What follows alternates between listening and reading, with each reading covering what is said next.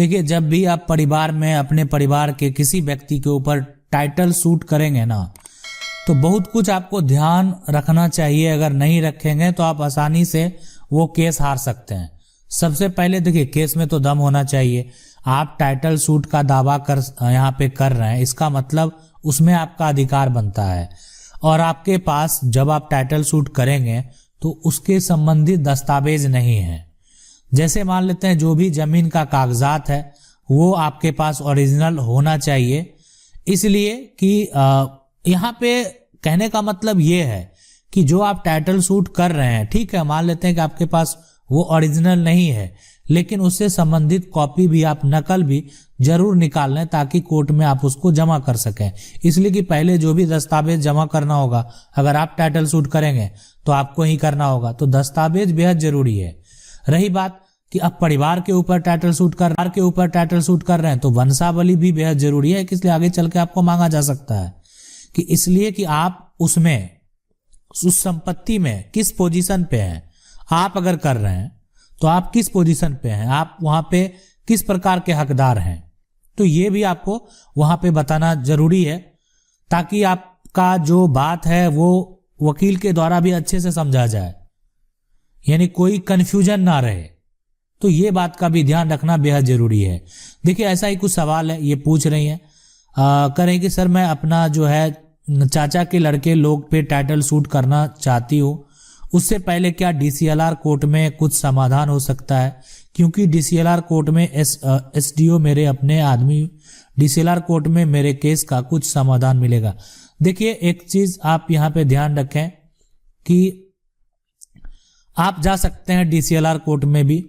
आप पहले एक बार अगर प्रयास कर सकते हैं।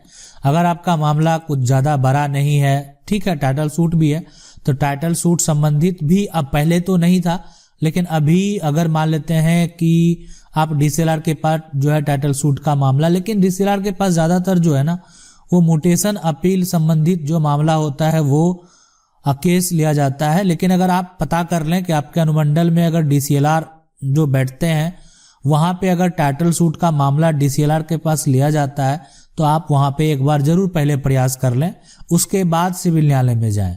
इसलिए कि हो सकता है कि यहाँ मामला आपका कम टाइम में जो है वो सॉल्व हो जाएगा, और सिविल न्यायालय में अगर आप जाएंगे तो कम से कम 3 साल तो आप उसके लिए आपको लग ही जाएंगे, और अधिक थोड़ा ज्यादा भी समय लग सकता है। सवाल है कि सर जी मेरे पिताजी ने सितंबर 2020 में एक प्लॉट खुद से खरीदा हुआ, वहां पे बेचा था बड़े भाई के जो है यहाँ पे बहकावे में। उस समय उनकी मानसिक स्थिति सही नहीं थी और उनकी मृत्यु अप्रैल 2021 में हो गई है। तो क्या आज के डेट में उस प्लॉट की रजिस्ट्री, हाँ बिल्कुल, अभी 2020 का ही मामला है ना, तो उस केस में आप जो है उस रजिस्ट्री को कैंसिल कराने के लिए प्रयास कर सकते हैं। आप सिविल न्यायालय में ही जो है ना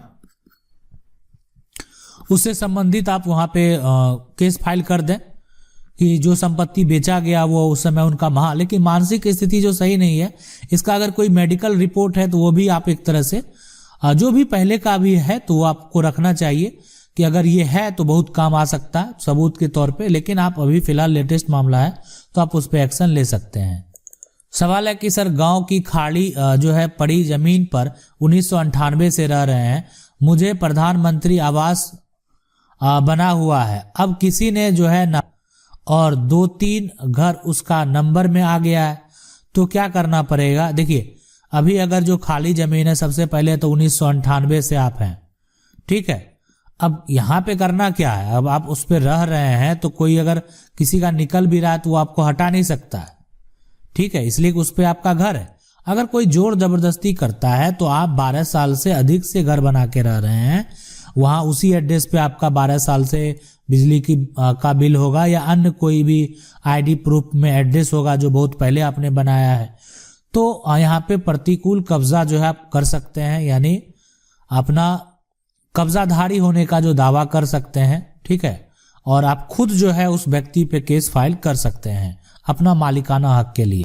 सवाल है कि सर मेरा एक जमीन था सर, पहले ही बना हुआ था, जो कि सरकारी नाम से बना था, लेकिन उसमें कोई सरकारी काम नहीं हुआ, आज से 30 साल तक वह मेरे कब्जे में था और उसका कब्जा वाला कागज भी मेरे पास था जो सीओ साहब ने बना कर दिया था, लेकिन वह मेरे पास अब नहीं रहा कागज, और उसमें अभी गांव वाले ने मिलकर हमें उस जमीन से हटा दिया। उसमें मदरसा को खोला गया है। उस जमीन को हम कैसे हासिल कर सकते हैं? देखिए, फिलहाल आपने वहां पे जो आपका कब्जा है, जब आपका कब्जा था, ठीक है, जब आपका पहले कब्जा था उसी समय आपको न्यायालय में जाना चाहिए। अब तो आपका कब्जा भी उस पे हट गया, अब वो जमीन सरकारी भी है, अब तो जिसका कब्जा है वो दावा करेगा। तो अगर आप न्यायालय में जाएंगे भी तो यहाँ पे आपके हक में किसी भी प्रकार का कोई फैसला नहीं होने वाला। हाँ, लेकिन जिस समय कब्जा हटाया जा रहा था, है ना, या आपको ऐसा लग रहा था उस समय अगर आप केस फाइल करते तो अभी ये हो सकता है कि आपको हटाया कम से कम नहीं जाता। 30 साल से गवर्नमेंट प्रॉपर्टी के ऊपर मकान है और प्रतिकूल कब्जा है सर। अब यहाँ पे जो है रेलवे लाइन आ गया है सर, अब मुआवजा जो है देने से इनकार कर रहा है। देखिए, रेलवे लाइन अगर बना दिया गया और जमीन सरकारी है ना, तब तो सरकारी जमीन है, आप किसके पास मुआवजा लेने के लिए जाएंगे? इसलिए कि आपकी मुआवजा का दावा अगर आप कहीं करेंगे, किसी अधिकारी के पास करेंगे, तो आपके पास उसका कागजात होना चाहिए। आपको अगर किसी प्रकार का कागजात नहीं है तो किस प्रकार आप मुआवजा का दावा करेंगे? तो ये सबसे बड़ी समस्या है। अब वहां पे अगर रेलवे लाइन बना दिया गया और वो जमीन सरकारी है तो आप कुछ नहीं कर पाएंगे, लेकिन अगर अभी रेलवे लाइन नहीं बना है, आपका उस पे मकान है, मकान बना हुआ है और 30 साल से आप अधिक समय से रह रहे हैं, तो आप न्यायालय का दरवाजा खटखटा सकते हैं।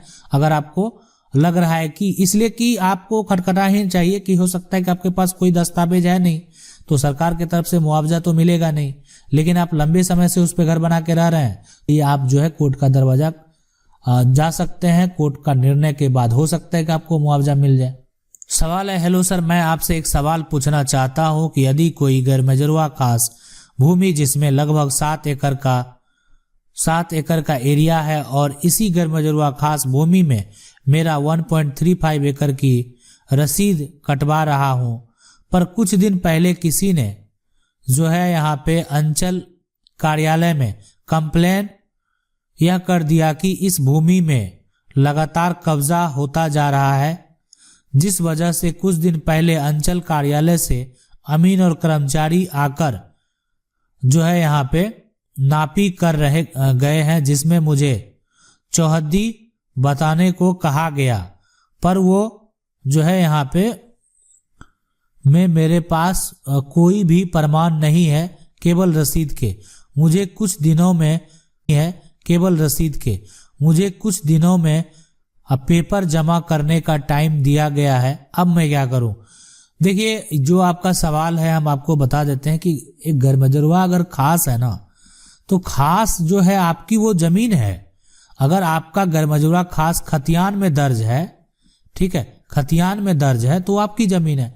रही बात अब ये खतियान आपको निकालना पड़ेगा, तो अब आपका जो जिला है और जिला का जो अभिलेख है वहां से आप अपना जमीन का खतियान निकाल लीजिए और वो खतियान आप दे सकते हैं कि अगर वो खतियान में आपका गैर मजरूआ खास दर्ज होगा तो आपको किसी प्रकार का फिर दिक्कत नहीं होगा, लेकिन अगर दर्ज नहीं होता है तो फिर दिक्कत हो सकता है। इसलिए कि गैर मजरूआ खास जो जमीन है, यानी जब तक वो आपके पास है, आपका दर्ज है, तो आपकी जमीन है।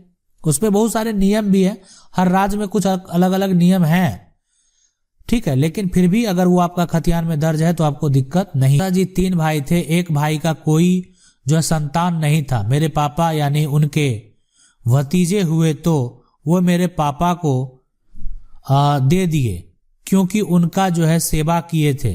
अब ये बताइए, फिर मेरे पापा का ये पूरा जमीन हो गया, अब चाचा को तो नहीं देना होगा ना, ये जमीन बंटवारा टाइम में, ठीक है, हम आपकी बातों को समझ गए। और यहाँ पे अगर देखा जाए तो कि अभी अगर वो लिखित तौर पे दिए हैं, कोई वसीयत के साथ दिए हैं या कोई है ना, कोई कागजात ऐसा उनका तैयार हुआ है जो कि लीगल डॉक्यूमेंट है, तभी कोई दिक्कत नहीं है। इसलिए कि दादा जो है, अगर दादा 3 भाई हैं, एक दादा है, दूसरे दादा है और तीसरे दादा है, अब इनके एक जो मान लेते हैं बेटे हैं और ये भी बेटे हैं,